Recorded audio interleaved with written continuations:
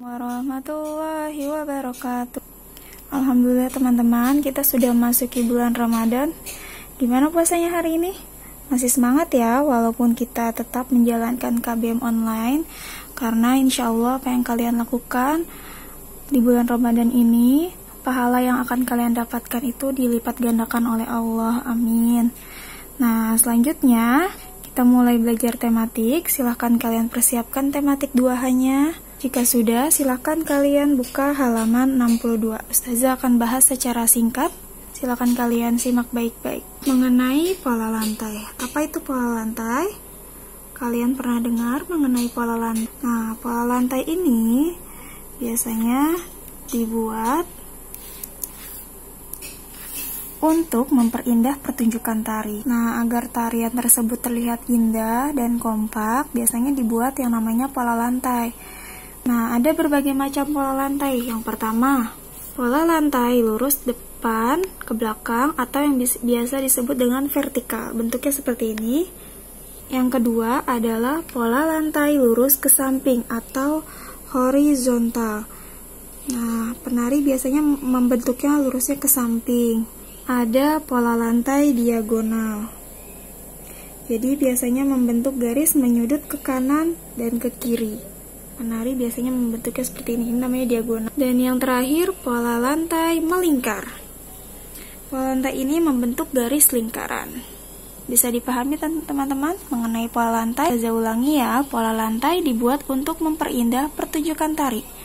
Nah, ada berbagai macam. Yang pertama, vertikal. Yang kedua, horizontal. Yang ketiga, diagonal. Yang keempat, melingkar. Silahkan kalian simak baik-baik, kalian amati, kalian pahami. Kita akan membahas mengenai menentukan waktu dalam menit. Kalian masih ingat? 1 jam sama dengan 60 menit, 1 menit sama dengan 60 detik. Kalian ingat baik-baik ya. Penjelasannya ada di halaman 65, nanti silahkan kalian baca terlebih dahulu ya. Jika sudah dibaca, poin A itu sebenarnya hanya mengulang. Anak-anak bermain pukul 14, mereka bermain hingga pukul 15. Jadi mulainya pukul berapa, selesainya pukul berapa itu. Mulainya pukul 14, silahkan kalian hitung. 14 berarti jarum pendek berada di mana, dan selesai pukul 15.00 berarti jarum pendek berada di mana, jarum panjang berada di mana. Itu hanya mengulang.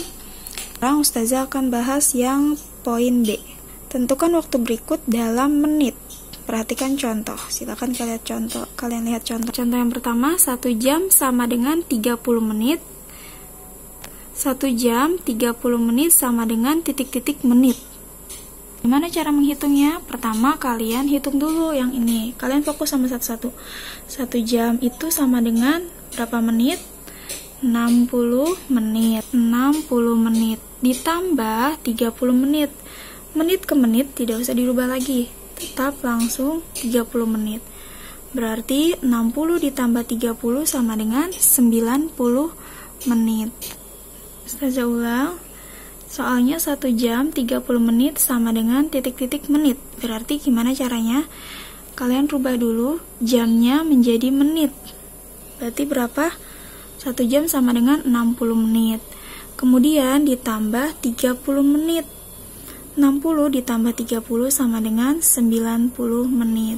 Ini contoh yang pertama. Yang kedua, Ustazah beri contoh lagi. Karena di bagian B nomor 1, 2, 3 itu hanya mengulang. Nah, Ustazah akan bahas langsung di contoh nomor 5. Nomor 5. Kita kerjakan bareng-bareng. 2 jam 30 menit sama dengan titik-titik menit. Berarti kita rubah dulu jamnya menjadi menit. 2 jam sama dengan berapa menit? Tinggal kalian kalikan. 2 dikali berapa? 1 jam 60 menit berarti dikali 60. 2 dikali 60. Kemudian ditambahkan 30. 2 dikali 60 berapa? 120. Lalu ini sudah selesai belum? Belum selesai. Tinggal kalian tambahkan lagi 30. 120 ditambah 30 sama dengan 150 menit. Sampai sini bisa dipahami teman-teman? Jika kalian belum paham, boleh kalian bertanya langsung dengan Ustazah melalui telepon atau melalui WhatsApp.